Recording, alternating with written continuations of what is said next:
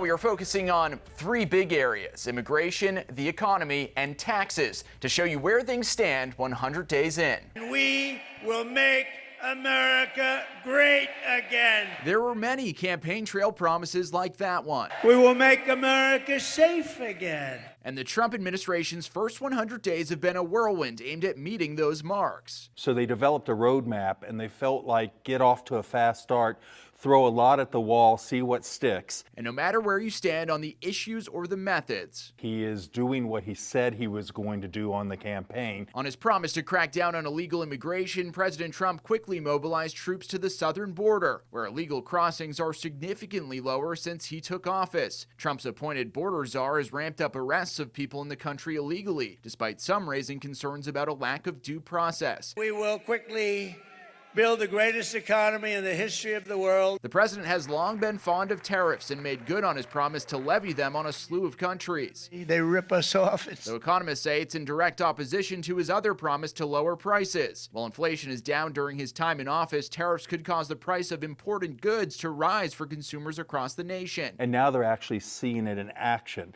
And this, after his first 100 days, is where dogma versus data is going to come in. And it's also after the first 100 days we'll see if he makes good on promises to cut a series of taxes, as Congress debates the, quote, one big beautiful spending bill he's been pitching for weeks. One bill is going to straighten out our country. On the foreign policy side of things, we can say the president did not keep a promise to end the war between Russia and Ukraine in 24 hours. The battles continue this week with negotiation talks ongoing.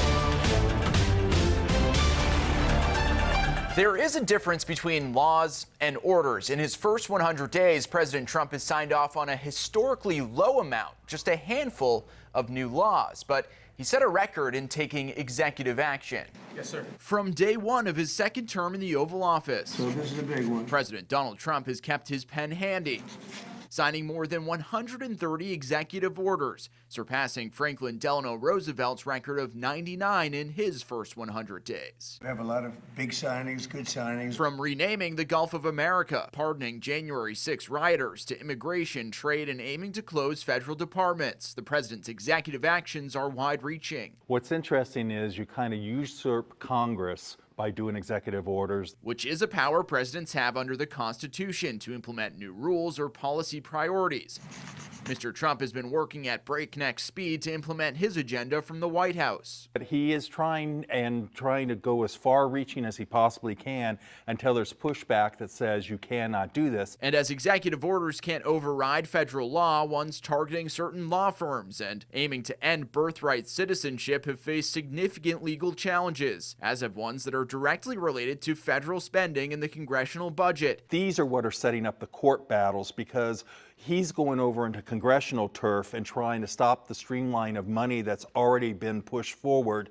And whether he's successful in that will tell how much the Constitution holds. To give some more context, President Trump in his first term signed 220 executive orders over 4 years. President Biden during his one term signed 162. With an executive order, President Trump created the Department of Government Efficiency. It turned out to be one of the more controversial parts of his administration, headed by Elon Musk. Known as Doge. Okay, that's a big one. From a meme to the name of a quasi-agency, Elon Musk's Doge team set to target wasteful spending, fraud, and unneeded bureaucracy. We simply cannot sustain as a country $2 trillion deficits. Musk set a goal of eliminating $1 trillion from the deficit in rapid speed, but his practices that have reshaped the government have been controversial. There is a way to go to Congress and work through efficiencies. They've failed to do that. We are protesting Trump and Elon. The Doge effort receiving both protest and legal pushback after shuttering federal buildings and agencies while laying off thousands of workers, including at critical departments like NOAA and the National Weather Service. It just basically said your skills are no longer required and your job has been terminated. 100 days in, Doge claims to have saved taxpayers $160 billion, but their receipts of canceled contracts, grants, and leases suggest a lower amount of roughly $63 billion thus far. People are fed up with wasteful government spending. And we've had a 2% increase in population in 5 years and a 53% increase in spending. We will not get interest rates down. We will not get inflation under control until we balance the budget. That's what we have to do. And Elon Musk is part of the process of balancing the budget. Musk will be taking a step back from Doge. His contract as a special government employee expires next month, but under the executive order, Doge has until July 4 of next year to accomplish its goals.